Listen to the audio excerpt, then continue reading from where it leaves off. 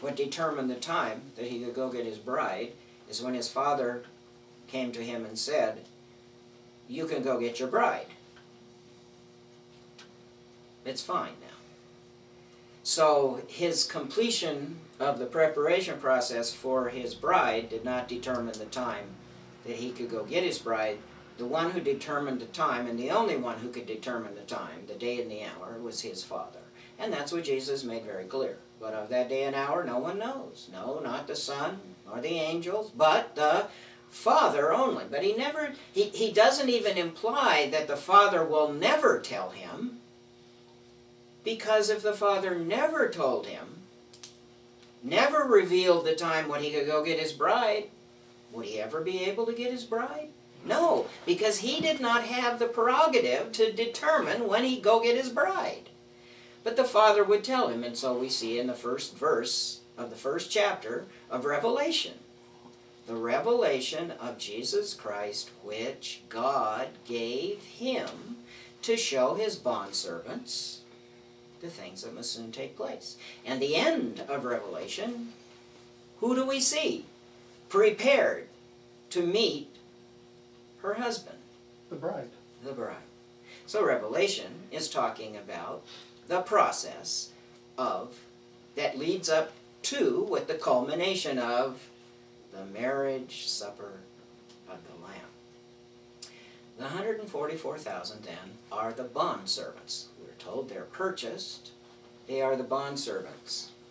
They are the groomsmen. They are the ones that the bridegroom sends ahead of him to prepare the way.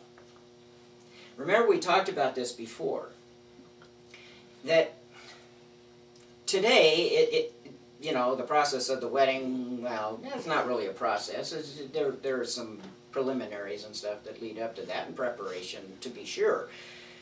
But back in those days, and this process that Jesus used to context his going away and coming back and the marriage, was that it was of critical importance that when the bridegroom came to the door of his bride and knocked, that she would be ready to go immediately to the wedding.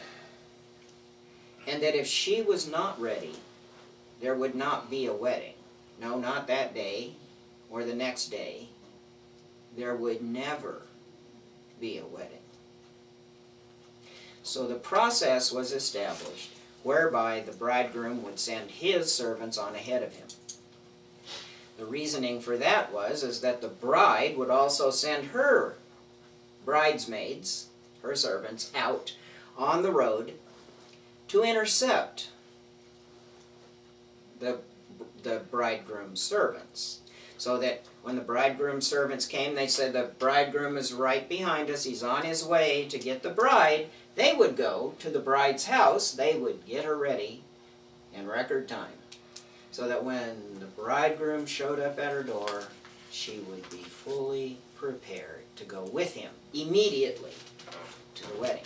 And that is the picture that we see in the prophecies concerning the return of the bridegroom.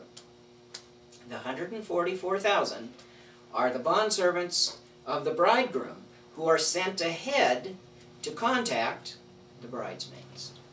So the cry at midnight is given by the 144,000 who are sent on ahead of the bridegroom, saying, he's on his way. Come out to meet him. That shout is future, is it not? The shout is future. It hasn't happened in the past. Shout is future. Then they go together, 144,000 and the 5 wise virgins go together to prepare the bride, and that's what Revelation describes. So this process has a couple of requirements in it.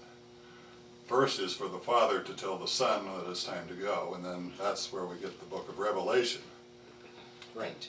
And the Revelation describes the process.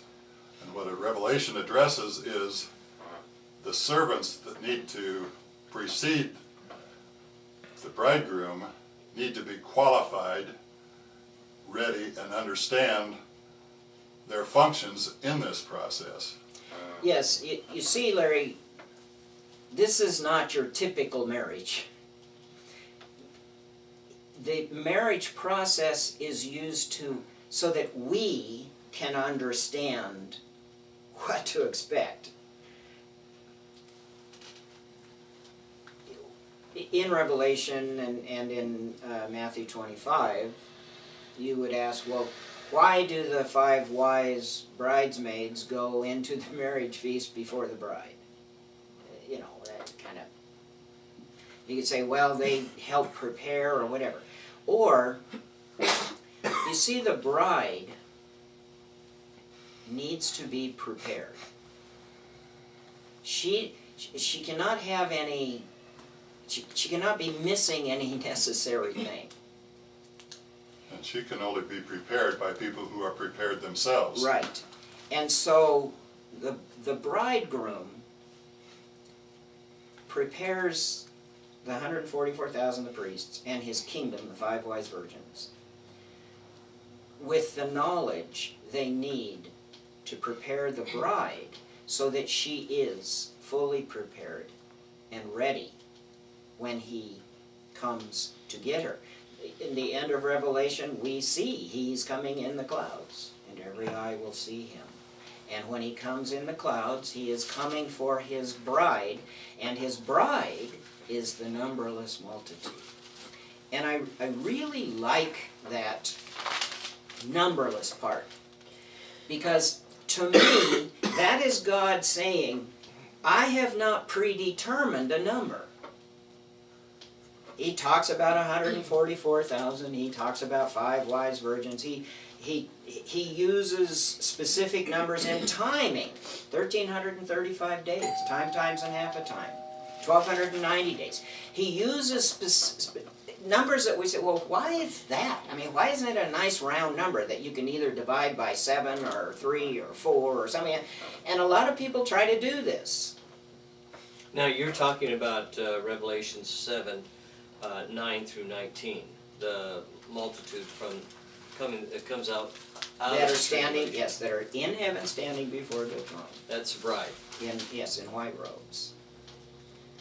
And it's also in Revelation 15, just mentioned briefly there too.